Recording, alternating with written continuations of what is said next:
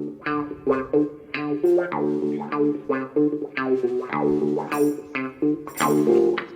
mate. Mr. Hudson, how are you? Topic of the week again. Last week it was the sober tent, which went down very well. Yeah. This week we're going to be talking about substitutes. Ronaldo refusing to go on, walk down the tunnel. We've seen and heard the fallout. What I haven't heard though, Al, is nobody has asked Ten Hag, at what moment did you ask Ronaldo to go on? If it was 3, maybe 4 minutes to go, why did you ask one of the world's greatest players to go on with a short amount of time left to play? Do you not find that insulting to Ronaldo? And did you do it because you wanted a reaction from Ronaldo and you got it? What's your take on it? Well, yeah. The only way your initial thought is ridiculous, and then you try to weigh it up, and you think that he might have had an ulterior motive to see how Ronaldo would respond, and that was his response. Maybe that was a response that Ten Hag wanted. Yeah. To give him an excuse to get him out of the club. But it was in my eyes so very disrespectful. It was incredible. It was scary. It was a scary moment. It was a sad moment, and you don't want to see such a fantastic footballer and what he's given to the game and all over the world, end a career in such a way. And that's what management can do to players. We've always spoke about management can make or break you, and it leaves a very sour taste in your mouth to see that happen. It was very sad. It was sad to see him walk away like he did, and it's very sad that the fans, if they do have a backlash and respond badly towards him, I think that would be even sadder, because he's been nothing but fantastic since he's been back. Absolutely. I'd like to ask Ten Hag those two questions, and then I'd like to ask him. So, what did you expect if Ronaldo would have come on with a few minutes to go? You were already 2-0 up, so he ain't going to change no game. With 3 or 4 minutes to go, you've got absolutely no chance. He may have had 2, maybe 3 touches. So, what was your expectations of Ronaldo, and why did you do it? And I keep looking at that and asking the same question to myself, and the only answer I can come up with is that he wanted the reaction from Ronaldo to say, right, I now want him out of this football club. After the World Cup, he's gone. He'll never play for me again. I just think that was the straw that broke the camel's back. Yeah, there's one thing we don't know. It's like when I was at Arsenal and at Chelsea, the fans, supporters don't know what goes behind the scenes, how you're getting on with the manager, how you respond to managers' decisions. They don't know what's gone on, what's been said, the lead up to the game. He's obviously very disappointed he didn't start. Manchester United made a tremendous recovery. And that should have been the story, really. But the story, he wanted something else, Ten Hag. He wanted did he try to belittle him or something? Yeah. I don't know. Because Seattle, Ronaldo was such a incredible figure, and for the kids watching the game as well, it's a terrible thing that they have to watch that and think that that's the right that would be the right thing to do, or Ronaldo was right to do that or wrong to do that. They don't really know what's gone on, and footballers they're getting paid a lot of money. Ronaldo's probably one of the richest footballers ever walked the planet, and but he earns that right because he's been that good, and his record shows that. And take his goals away from Manchester United, and they probably might have got relegated the season before, and Ten Hag wouldn't even be at Old Trafford. They could be a championship team. That was how influential he was this season before, and to be treated like that. I mean, I've been there. I've been in a very, very similar situation. Although I'm no Ronaldo, and I couldn't even score that many goals in trading. I don't think. But it's no, it's a very, to think that that was a talking point, and it shouldn't have been. It should have been. He should have. I had a word with him afterwards to say, like we always say, I was telling someone a story about Jackie Marsh at Stoke when he stormed in the office with Tony Waddington, and screaming and hollering because he had played a kid in front of him. And Tony said to him before he started screaming and hollering, he said, "This kid's a good player. Number two, Jack, it's not really the response I want from you. The response I want from you is to work harder to get back in the team, to fight for your place. I don't want you coming in screaming and hollering, asking for a transfer. If you want a transfer, there's a telephone on my desk. Ring all the clubs up and see if they want you. Let's put the record straight here. It's not, and that's kind of down the same line as what's happened with Ronaldo. He wanted afterwards he should say, he should be quite proud to have him in the football club. I don't really, I can't believe that Ronaldo has been any kind of disruption since he took over.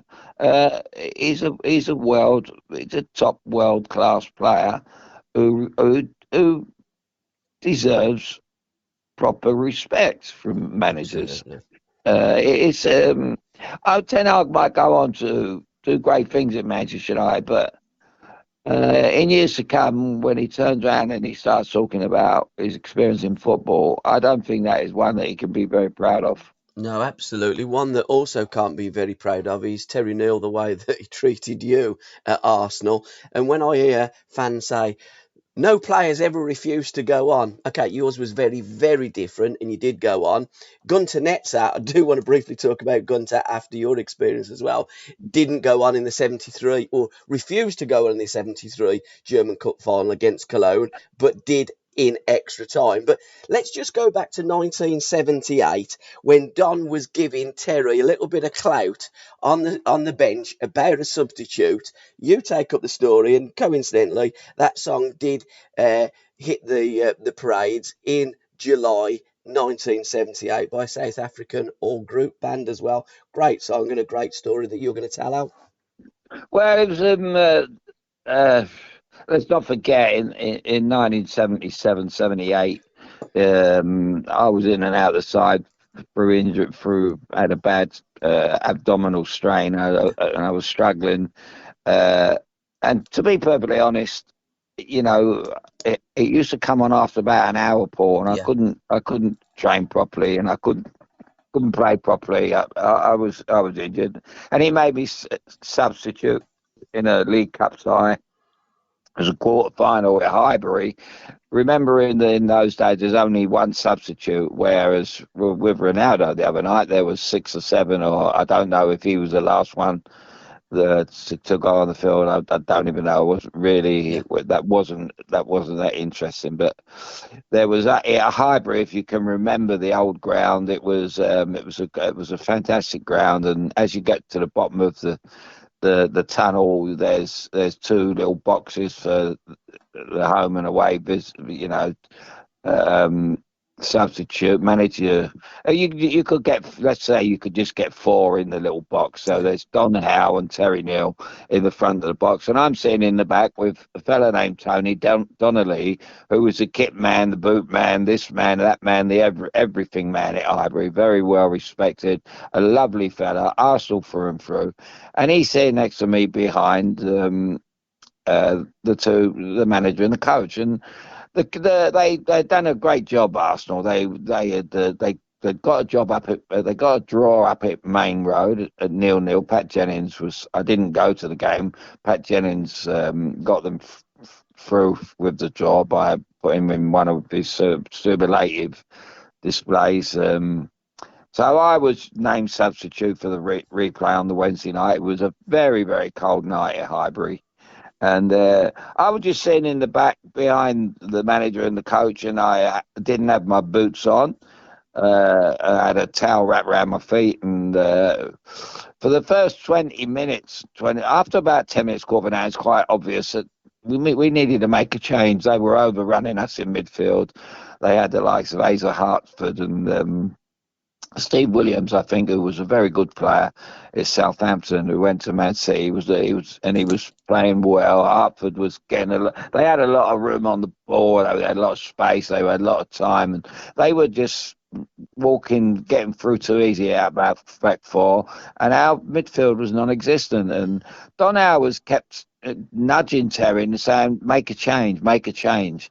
So it was obvious he was talking about bringing me on because I was the only substitute. If there had been 3 or 4 subs, you'd have gone, "Well, what does he mean? Name a name, you know."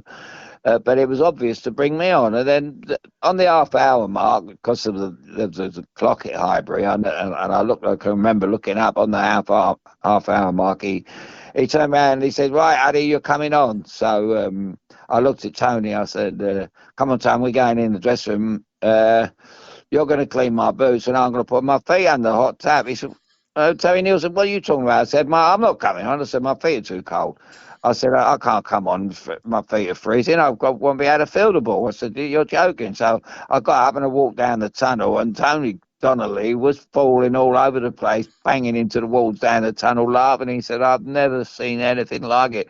Someone telling the manager you're not coming on." I said, "Well, Tony, that's right." I said, if they hold out till half time, I said, "You're going to clean my boots and I'm going to put my feet under the hot tap." And that's what happened. Anyway, next thing you know, the doors swing open. They swing doors in the Highbury dressing room. And I was sitting on the edge of the bath and my feet were nice and warm. And Tony put boots alongside me, and he said to John Matthews, "John, you're coming off." He said, "Addy, you're coming on." And that was it. And the next thing you know, I've gone on, and for 45 minutes I ran the game. I said I knew exactly what to do because I played against Asa Hartford several times when he was at West Brom and things like that. And even in the youth team at Chelsea, I played against Asa. He was a good player. And I turned the game around, and we won 1-0. Liam Brady scored from a penalty, I believe. I just made sure that I got on and said to the back four, just keep giving me the ball. I said, I got 45 minutes, and I just ran the game. It was the best 45 minutes in an Arsenal shirt. If I could have played like that all the time at Arsenal, I'd have no doubt stayed there. And it was just a shame that the manager couldn't see that, you know. And afterwards, I remember going round the pub after, and I was sitting here. I was delighted with the way I played. At last, I really showed the Arsenal supporter that I was a good player, and because they hadn't seen nowhere near the best of me. They hadn't seen my Stoke City form or my Chelsea form, and I sat around the pub, and a few people come over and congratulate me, and the next day I went out, as I do on a Thursday, and I was going down this little afternoon club and with my friends. In those days was Mick Carter, and I said I must get a standard, an evening standard, which has the nights before what's gone on in the games. And the headlines were Terry Neal pulls a master stroke and brings Hudson on to win through to the semi-final, and it was the biggest load of baloney. And it just goes to show that the people that read papers would read that and believe it, because he had no intention of bringing me on. It was all down to Don Howe. He was the brains behind it, and but it was never mentioned afterwards, or never again. I don't think even the players knew. Who were out there, that they didn't know what had gone on in the box. I just said, "No, I'm not coming on." I said, "You got to give me a little bit more time. I've got to warm my feet up." But I would have wondered what it'd have been like. The way I look here, Paul, is I wonder if it had been in an England game and Dom Revie would have said it, and I'd have said, "No, I don't think so." I said, "My feet are too cold. I'm going in the dressing room and warm them up." There would have been if it had been an international, it'd have been an unbelievable. You can imagine walking off at Wembley and walking down a tunnel to warm your feet up. But it was quite hilarious. It was funny, but it was. I did the right thing, because if I'd have went on with my my feet freezing cold. I weren't ready. I wasn't warmed up. It was a freezing cold night. It was a stupid. He should have said to me after 20 minutes, Alan, start warming up. Yeah, You know, you could be absolutely. coming on. Not just instantly change your mind because Don Howe was kept ribbing him. He should have given me 10 minutes call out to warm up and said you're coming on in 10 minutes. And even if he changed his mind and we'd have scored in those 10 minutes and we would have went on to be in front at half time and not bring me on, it would have been the right thing to do. But he never get. He was that kind of manager. He never give it any fault. You have to look at the player you're bringing on and see how he is and say, are you ready? Are you, Yeah, get ready, get your mind right. Let's get you warmed up. You don't want to go on in a freezing cold, and that's what happened. And when I just laughed my head off when I see the paper the next day. I went in the club and so I was telling the story to all my mates in this afternoon club. And I said, if you read that and believe it, then you're reading a load of lies. I said, that's not what happened. And but it was great for me because we knocked them out. We got through to the semi-final, and we were very, very unlucky to get beat in the semi-final against Liverpool. And that season, that would have been 2 cup finals in my last season. and also finished fifth in the league, so it was decent. And that was because Don had come back. In a recent book by David Tossell that you'd had a little bit of input in there, you did say that had Don not come back, Arsenal could have got relegated under Terry Neal. Let's go back to that problem that you had, the abdominal problem. You didn't actually have a medical at Arsenal. You were signed while you was injured. He didn't believe you, and things went from bad to worse. You even got sent home from Australia with Malcolm McDonald. So when Don come back, he did steady the ship, and it's again, if only, because if he'd have kept Hudson, Brady, and kept Alan Ball rather than you being the replacement for Alan Ball, that team could have gone on and been European champions. Just how important a manager is. Cologne against Borussia Mönchengladbach. Word comes out that the great Gunter is on his way to Real Madrid. As a result, the manager gets wind of it, drops him for the final. They're drawing 1-1, and he says to Gunter, right, you're going on now. And he says, no, I'm not. I'm not going on. The story was one of the players got injured and in extra time almost begged Gunter to go on. We need you, we need you. He went on, he scored the winning goal. That was his swan song.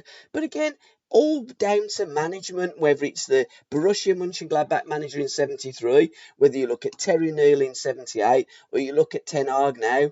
For me, it's bad management. Yeah, it's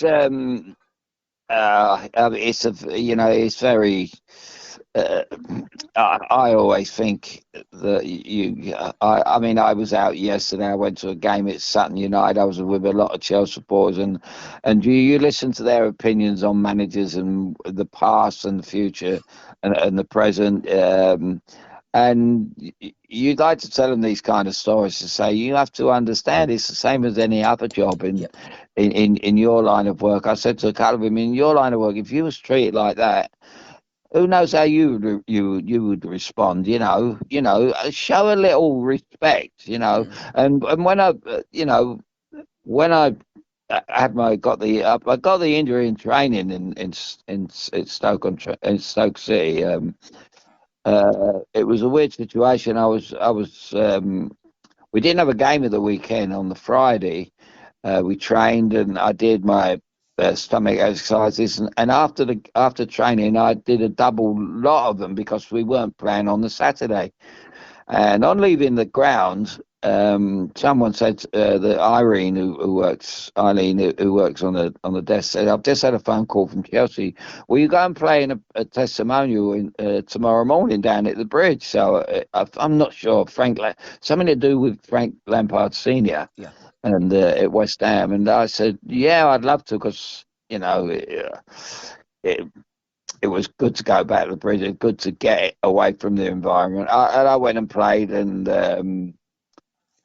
after an hour, it was like someone stabbed me in the stomach. I'd just overdone it with the sit-ups, which I would never have done had I known I was playing the Yeah. following day. Anyway, I carried this injury, and oddly enough, it coincided with um, like when that was just after the roof blew off, and they needed the money, and they sold me to Arsenal. They sold Jimmy Green off to Manchester United, and sold me to Arsenal. And I went down to Arsenal. I thought I didn't want to leave Stoke City and Waddington, but I thought that the great consolation, I'm going to team up with Alan Ball and Liam Brady. And I thought, what an experience that would be if I can get myself fit. Anyway, I never even had as you said earlier on, I never had a medical. They never sent me for any treatment. And I was on the treatment table for about 8 weeks before I even touched the ball. It was just, and I think what bothered me more than anything was, Paul, it was what the other players felt. Yeah. Because if it had been me and a player had signed, a top player had signed, at that time I had a fantastic time at Stoke. So, and I'd played against the Germans the year before. And they must have, I think some of them might have doubted if I went there for all the right reasons. Did I go there to sit on the treatment table? Because some people do that. They think, oh, I can't be bothered. I've had a transfer. And let's not forget, it wasn't like today where you're getting absolute fortunes. There was no money, no big money involved, but they kind of pop their head in the dressing room and say, how's it going today, Al? You're comfortable, and the dressing room can be a very daunting place at times. And I know what I'd have been like. I said, well, have you come here? This is it, Butlins here or something? You're supposed to, you're a footballer or what?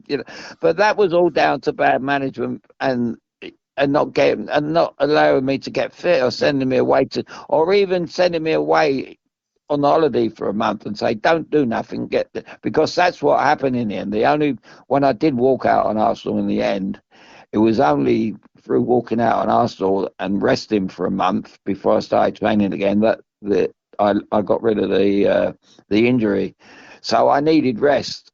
Instead of keep training every other day to see if I was fit, I was just making it worse. So it was bad. It was bad management. And they even got me to go to the club doctor, and he kind of treated me like he was a psychiatrist. He was trying to get inside my head to say, is this all in your mind? And I was insulted by it, and it made things worse. And it come to a head, and I just walked. I just walked out, and I never came back again. I was the only person ever to walk out of Arsenal. And he used to call me up and say, when you coming back? I said, I'm not coming back while you're manager. I said, I don't know what you're going to do about it. But I refuse to come back. I says, I need to get my injury. I'm going to start playing again when I'm injury free. I said, I'm not going to have you mess me about. And that was the way it went on. And that was 1978, and in the 90s when I went back, I moved over to East London. And then I had the car accident. I was in hospital.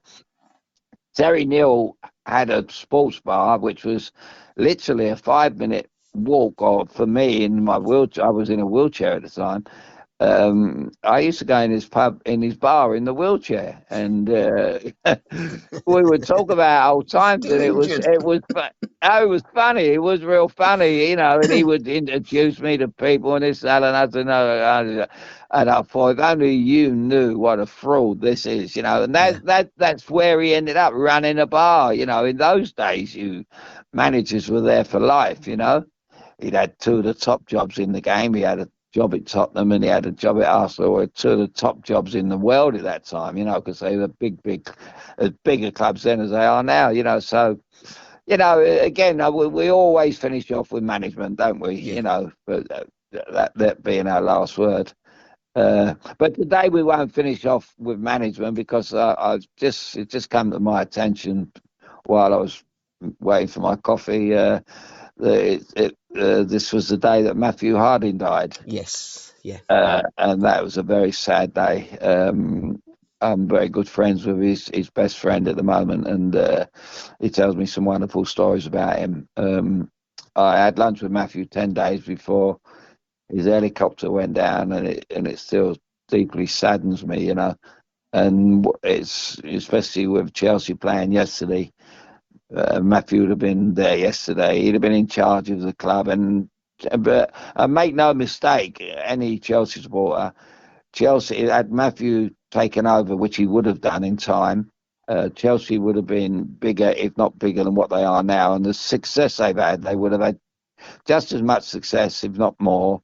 But he would have kept the club the way it was when he supported it, a family club.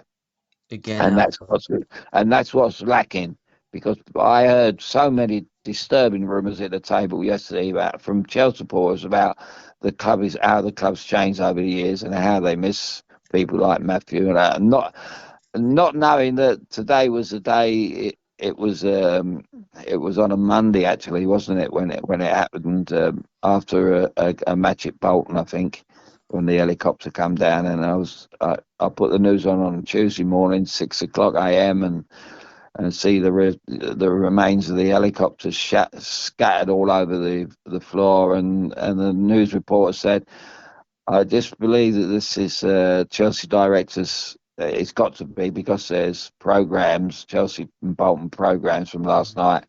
And I remember waking my wife up, and I said, I got some real bad news. I said, I think that Matthew's in that helicopter, because it wouldn't be Ken Bates.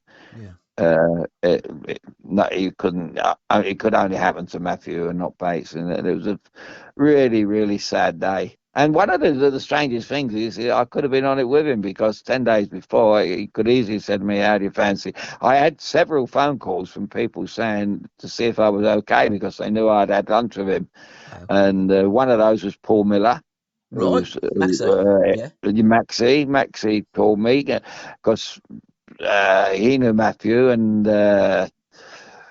people thought he might have been on there. And it was one of those really sad days. And nobody mentions the other people that died along with Matthew. I think there was 3 or 4. But I just still to this day can't understand why he had to get a helicopter home, and a very wealthy man as he is, why he didn't stay overnight and get the early train back to London in the morning. And I know it's in hindsight yeah, and these, but when it happened to the fella at Leicester, the other tragedy with the man that owned Leicester after that incredible success he had, then it happened to him. It makes you wonder, doesn't it? Uh, I don't know. Is it meant to be? It's just Matthew.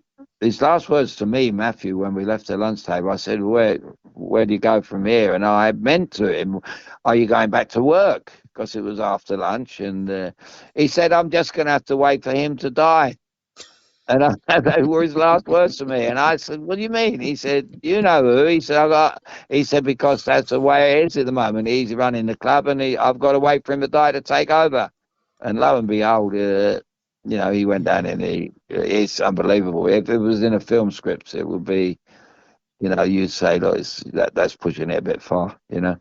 terrible, tragic, and fans don't really understand the importance, of a manager, B, of the owner. Yeah, of course, you need 11 players that can play football and, can do what the manager wants them to do, but that manager can make or break you, and we've always maintained that on every podcast that we've done. How the most important person in a football club is the manager, and if you haven't got good management, then it all falls down, and that comes from Well, the top. absolutely. I mean, I think the greatest example. I was got on the train yesterday. As I said, I went to Sutton, and I was sitting with a lady, and she was very well-to-do lady, very well dressed, and we were got on at Wimbledon to go to Sutton, and she was telling me that she was a Fulham supporter, and I went, "Oh, that's strange." I said, "Because I was as a kid," and we were talking about a manager, and I said, "At last, they've had so many bad managers at Fulham."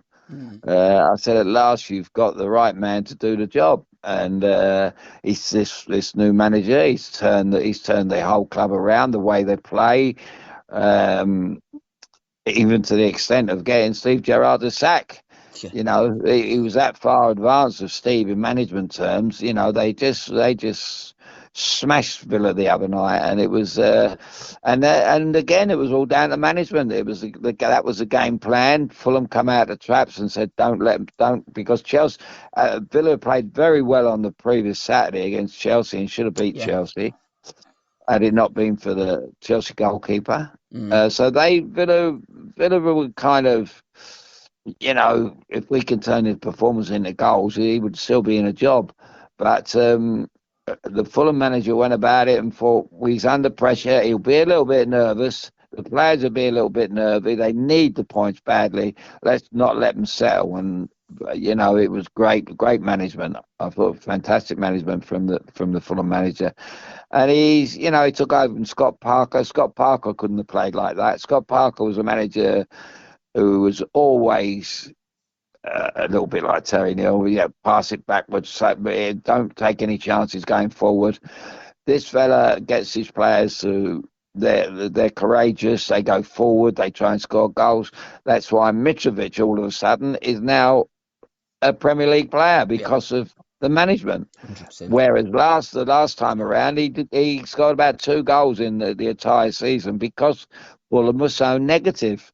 And if you got a goal scorer, it's like Malcolm McDonald at Arsenal. He wouldn't have scored all them goals if we played in a negative way. Osgood at Chelsea, he wouldn't have scored all them goals if Chelsea played negative because we had players that could create things and we were great going forward and creating chances.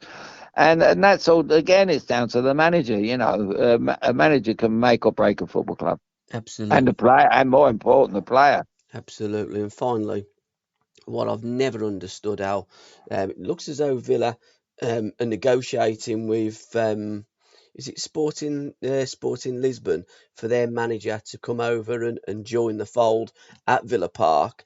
There seems to be a £26 million compensation package that they're trying to put together.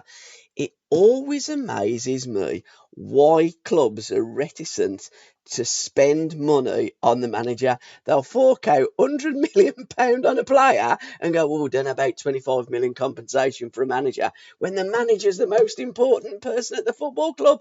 That always amazes me, beggars belief. Well, there's still a very dark cloud over Villa Park. There's a dark cloud over Birmingham, mate. It's pissed down all night, let me tell you.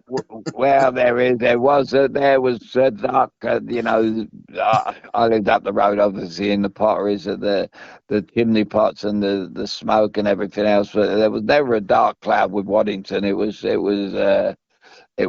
no doom and gloom, and it was a delight to play for such a manager. Yeah. Where this dark cloud at Villa is one that they just don't know what they're doing. They just don't know the right man for the job. I mean, Villa before they sold Jack Grealish looked like they were a team that were going somewhere, and now they sold Grealish. I'm not saying that he would have made them a better team.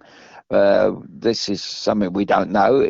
Yeah. He's kind of not been as good a player at Manchester City as he was at Villa because he was a focal point of their team, and he should have been in the England team, as we've spoke about before. Yep.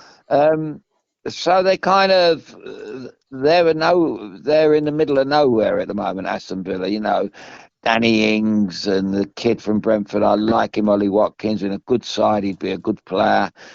But it's all about management, and it's all about getting players to create chances for them. And I'm afraid, it was such a. I mean, I don't know where he goes from here, Steve Gerrard. I mean, that was a big job for him, and one that I thought, this club can be big again. And let's not forget, it's my friend Don Shanks. It's his boss. His boss's brother owns has major shares in the club. So it will be interesting to see what Don's got to say when he comes back from Egypt. His boss has in Villa, does he? He's Don's boss, who he drove for 10 years. Yeah. He's Egyptian. Yeah. He's an Egyptian businessman. I went over to Don last year. He owns big property over there. He owns the great big hotel over there. I asked the fellow one day about the hotel, how long did it take to build? He said it took 27 years to build this Bloody hell. hotel.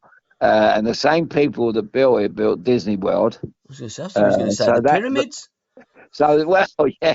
I mean, that's the kind of money that this fella's got. But his brother is a major shareholder at Aston Villa. Oh, right. Uh, so it will be interesting to speak to Donna. He'll no doubt call me in the next couple of days and say what's going on in Villa.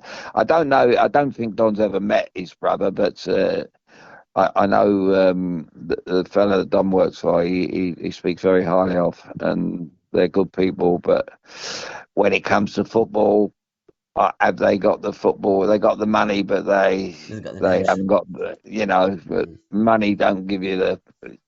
It doesn't mean that you know anything about the game. How many times we've seen people buy clubs and don't know what they're doing. Absolutely, football is littered with them. But again, another finally, great to see Frank doing well at Everton. I just watched the clips on Match of the Day, and two of the Everton goals. It looks as though he's got Everton playing like Brazil. Well done, Super Frank. Well, it's a matter of time with Frank. It was a very. I think it was. He took the wrong job. I think he should have. Yes. I bumped into Frank not long before he took the job in a pub down the King's Road, and we chatted, and it was kind of about 3 or 4 days after he turned down the Newcastle job, and he said to me, "Oh, it's too far to go out," and I went, "Not when you got an aeroplane, Frank. It's not." And he laughs. He laughs, but I think that he knows he's dropped a Wally. He should have took the. He could have done exactly, what Eddie Howe's done. He's done a fantastic job, Eddie Howe. He's done a fantastic job at Bournemouth. He's a top manager, and you know, Frank was just lacking that experience at the time, which I think I said to you, Paul. He should have had someone Yeah, you alongside did. him with a bit of experience who would have led him down the right path, and he should have took the Newcastle job, and that could be him there at the richest club in the world now. Instead he's, as you said, he'll pull it around at Everton. I don't think they're going to. I know Bill Kenwright quite well. He's a good man, but again, they're a team. I mean, they must have had a party last night with Liverpool losing and them winning. I mean, it's the first time they really could celebrate anything like that. But Frank will turn it round, but. I don't think Frank's future will be at Everton. No, he's destined, and no disrespect to Everton for greater things, unless he can bring those glory days back to Everton, because Everton are a top six, top four football club in this country. They are a grand old team, as the song suggests. Al, it's been an absolute pleasure. We will be reconvening in a few weeks' time, because we're going to be doing the Alan Hudson's World Cup diary off the back of Alan Hudson's American Dream, My Life, My Music. Gareth is going to be naming, I believe he's naming a 55-man England squad. So you never know, mate. You might get the call up as well, because I don't think there's 55 players that can play at that level. But he's got to whittle it down by the 13th of November to 26. He can take 26, 3 players added on, because on any given day and game, he can only name a squad of 23. Well, it's funny I should end on this subject because I can remember when Don Revie took over the England job. I was playing for Stoke and Peter Oscar was playing for Southampton, and he named a squad of 80 players to come to Manchester for a get together, and he left Peter Oscar out of the 80. And I used to introduce Peter Oscar to people as the 81st best player in the country, and he used to want to beat me up every time I said it. But that was the kind of thing that managers do to belittle you, and that Don Revy by picking up 80 players and leaving the great Peter Osgood out of the squad in 1975 was exactly exactly like what Ten Hag has done to Ronaldo. It's just trying to belittle him and and send a message to him. Really, you're not wanted. Absolutely. I don't think any man has made himself look good by making others look little. And we will speak soon again, Mr. Hudson. Thank you very much for your time, sir. It's been a pleasure, Paul, as always. Cheers out, and it stopped raining now as well, mate. Happy Oh, days. there you go. That cloud will go. Every grey cloud, there's a silver lining, Uddy. Those Yeah. are the days, my friend. Oh, Paul, they never end, mate. Absolutely. Cheers, Al. See you, pal. Thanks, mate. Cheers. Bye, mate. Bye-bye.